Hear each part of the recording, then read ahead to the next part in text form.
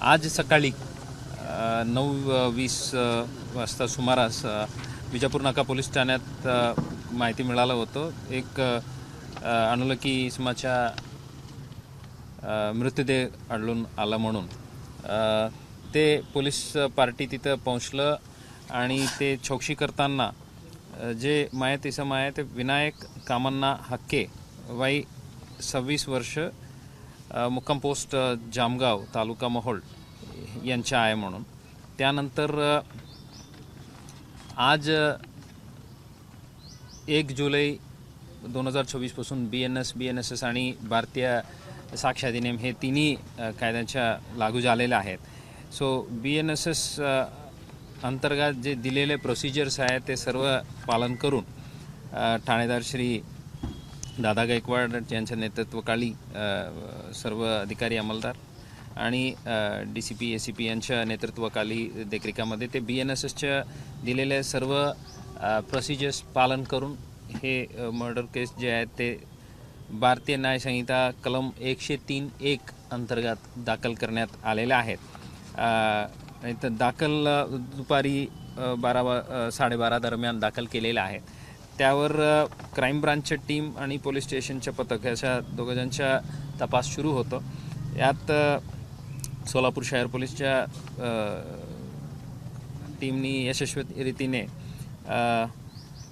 आरोपी नावे नागेश अण्णाराव चिक्काळे वय 35 राहणार कल्याणनगर बाग 2 सोलापूर यांना क्राईम ब्रांचच्या PI श्री डोरगे आणि त्यांच्या पोलीस उपनिरीक्षक अल्फाज शेख आणि त्यांच्या टीमनी ताब्यात घेतलेला आणि ते तपासादरम्यान यांनी जे काल रात्री उशिरा ते एकत्र बसून दारू वगैरे पिलेले आहेत आणि तिथून परत आल्यानंतर ते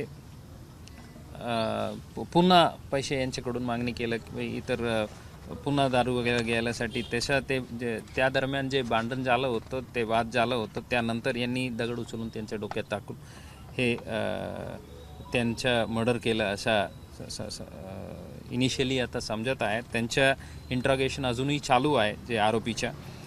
इतर काही उद्देश होतं का काय प्रीमेडिटेटेड होतं का त्याबद्दल आता चौकशी चालू आहे.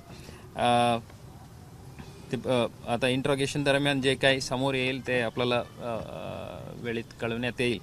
आता या कामगिरी आता जे अननोन बॉडी मिळालं आणि त्या अगदी काही तासामध्ये डिसीजलाही आयडेंटिफाय केलं आणि आरोपीलाच आयडेंटिफाय करून उचललेलं आहे आणि अटक प्रक्रिया सुरू केलेली आहे. त्याबद्दल इन्व्हॉल्व सर्व अधिकारी DCP Shri Kabade, DCP Shrimati Kale madam, ACP Sonawane madam, divisional ACP साहेब, आपलं ठाणेदार श्री दादा गायकवाड, क्राईम इन्स्पेक्टर श्री डोरगे आणि त्यांच्या पूर्ण टीम सर्वांना मी अभिनंदन करतो. या इंट्रॉगेशन नंतर जे काही कळेल तेही मीडियासोबत शेअर करण्यात येईल. ABP माझा, उघडा डोळे बघा नीट.